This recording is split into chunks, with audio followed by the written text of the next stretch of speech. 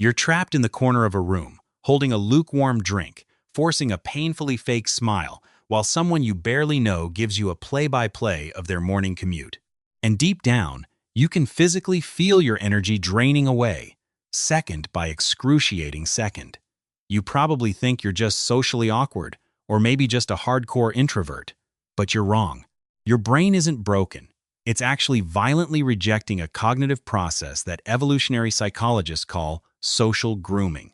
What you're experiencing in those painfully awkward silences isn't just boredom. It's a measurable spike in cognitive load. Small talk literally forces your brain to work overtime while starving it of the dopamine it actually needs to stay engaged. But here's the crazy part. The people who seem to effortlessly glide through these superficial chats aren't necessarily more social or extroverted than you. They are just exploiting a psychological loophole that you don't know about yet.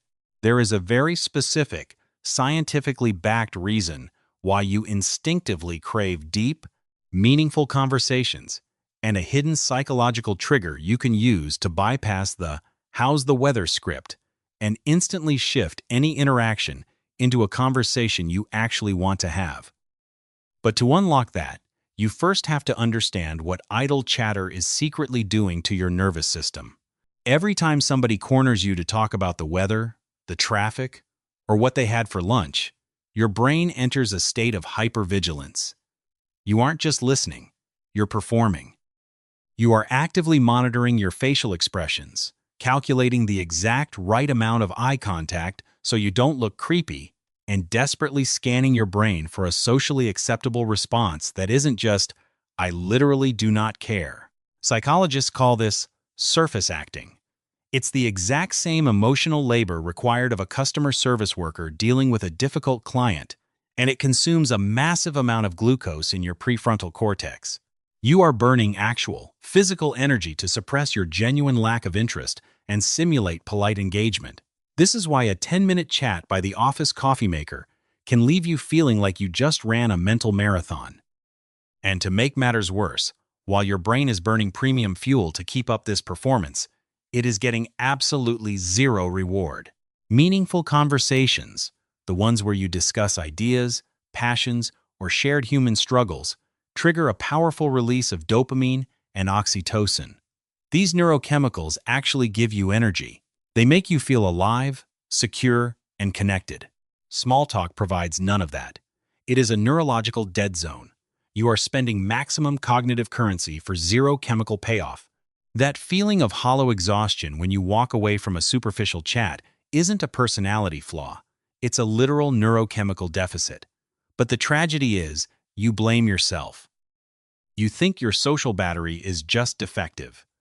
You label yourself as antisocial, or assume you have crippling social anxiety. You start avoiding networking events, making excuses to skip parties, and hiding in your car until the exact minute a meeting starts, all because you are terrified of getting trapped in a conversation loop about absolutely nothing. You've convinced yourself that you are fundamentally bad at connecting with people.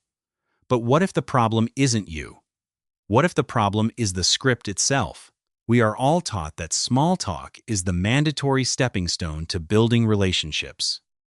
We believe we have to trade empty pleasantries to prove we are friendly before we are allowed to get to the good stuff. But here is the truth that completely shatters that illusion. Small talk was never designed to build connection. From an evolutionary standpoint, early humans didn't exchange meaningless vocalizations to become friends. They did it to figure out if the primate standing in front of them was going to attack them. Small talk is not an exchange of information. It is a biological threat assessment. Think about it. When a coworker asks, "How was your weekend?" they don't actually care if you mowed your lawn or went to the grocery store. They are subconsciously pinging your nervous system. Are you predictable? Are you a part of the tribe? Are you safe? You respond with, "Good, you?" to signal that you aren't a threat. It's a biological handshake. But here is where the system completely breaks down. Our ancestors did this for 3 seconds before moving on to actual survival. Modern society forces us to stay in this primal threat assessment phase for 10 agonizing minutes at a time. You aren't building a relationship. You are just repeating "I am not a threat" over and over again in different variations. No wonder you're exhausted. But what if you could hack this primitive radar? You absolutely can. The people who effortlessly navigate social events aren't engaging in more small talk. They are actively destroying it. They use a psychological mechanism called a pattern interrupt. During small talk, the brain operates on a rigid autopilot to conserve energy. When someone asks a script question, they expect a script answer. If you give them one, you both stay trapped in the dead zone. So, you have to break the script. If someone asks, "How's your Tuesday going?" the autopilot answer is, "Not bad, just busy. It's boring. It's a dead end." Instead, a pattern interrupt jolts their brain awake. You answer, "Honestly, I'm trying to figure out why I thought a third espresso was a good idea." Or, "I just went down a Wikipedia rabbit hole about deep-sea creatures and I'm traumatized." Boom. You just bypass the threat assessment. But why does this instantly change the dynamic? Because you just force their brain out of passive monitoring and into active curiosity. You gave them a novelty spike. The human brain is hardwired to reward novelty with a sudden, sharp hit of dopamine. Suddenly, they aren't talking to a generic NPC anymore. They are talking to a real human being. The social anxiety evaporates because the rigid script is gone. But there is a second, much deeper psychological trigger you need to pull to lock them in. You have to offer a low-stakes vulnerability. When you complain about the traffic or the weather, you are hiding behind a safe, universal topic. When you admit a harmless flaw like being over-caffeinated, totally lost in a podcast, or chronically terrible at remembering names, you drop your armor. Mirror neurons in the other person's brain instantly fire in response. They subconsciously realize, "Oh, we aren't performing right now. It's safe to be real." But how do you keep this momentum going without slipping back into the dreaded awkward silence? You stop asking what and start asking why. Asking, "What do you do for work?" is a massive trap. It forces people to recite their resume. It's just small talk disguised as genuine interest. Instead, you pivot. You ask, "What's the best part of what you do?" Or, "Did you always want to end up in that field?" You shift the conversation from a boring data exchange to an emotional experience. And this is the exact moment the interaction flips. When you ask for an emotion instead of a fact, you give them permission to drop the surface acting. You stop draining their glucose and start feeding their reward centers. You suddenly become the most magnetic person in the room because you are actually giving them energy. But knowing this trick is only half the battle. Because if you push for deep talk too fast, you trigger a completely different psychological defense mechanism. Psychologists call it an intimacy violation. If you suddenly jump from the weather to asking about someone's deepest fears or personal regrets, their amygdala instantly sounds the alarm.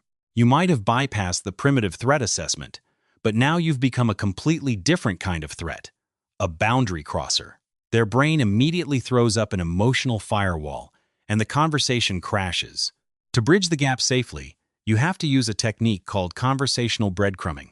You don't drop a heavy existential question right out of the gate. You offer a small, slightly deeper insight and wait to see if they pick it up. If they respond to your joke about being traumatized by deep-sea creatures with a polite but generic chuckle, you stay at that level. But if their eyes light up and they say, "Oh, I do that all the time. I just spent 3 hours reading about the Mariana Trench," they just took the crumb. They just handed you a piece of their authentic self. That is your green light. That is the exact moment the social script shatters permanently. The reason small talk has been draining the life out of you isn't because your social battery is defective, and it certainly isn't because you don't know how to talk to people.